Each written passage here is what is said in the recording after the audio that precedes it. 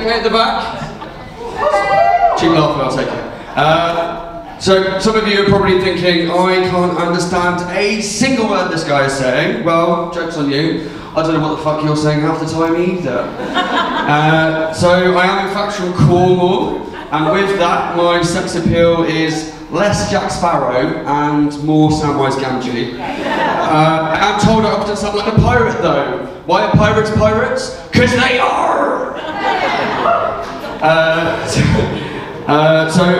The Cornish are in fact actually recognised by the EU as their own ethnicity, although having left the EU I suppose no one gives a shit anymore. I did have the most stereotypical Cornish upbringing. I grew up on a dairy farm, I ate scones the correct way, dogging.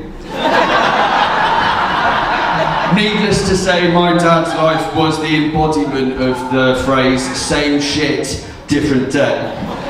And when I turned 16, I went to college to do A-levels, so I chose maths because at the risk of breaking an arm whilst wanking myself off, I found maths easy. So much so that I knew exactly how many marks I needed to get in my final maths exam, so as you do.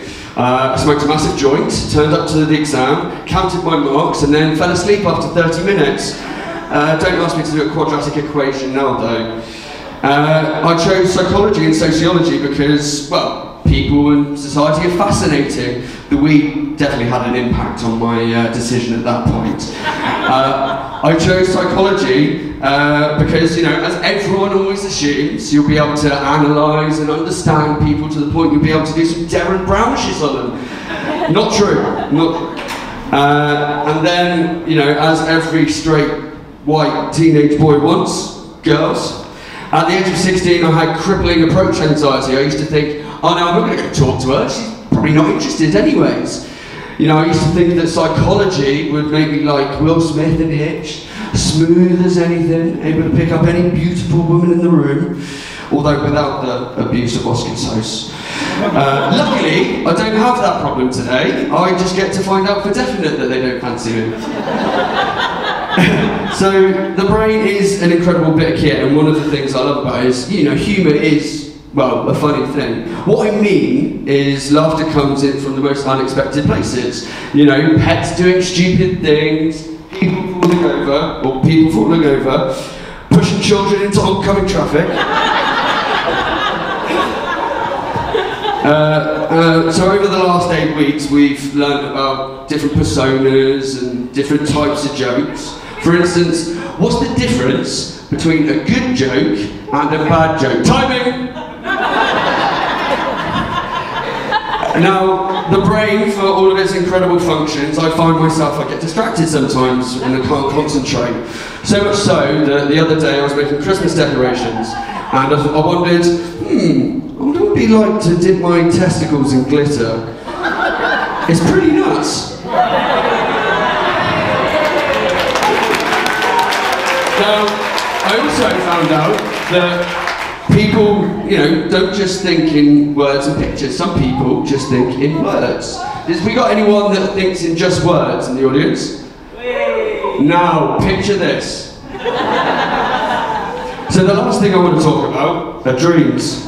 How mental are dreams? How is it possible that your brain can unconsciously come up with a completely random story where absolute chaos ensues, and then within minutes of waking up you can't remember a single thing?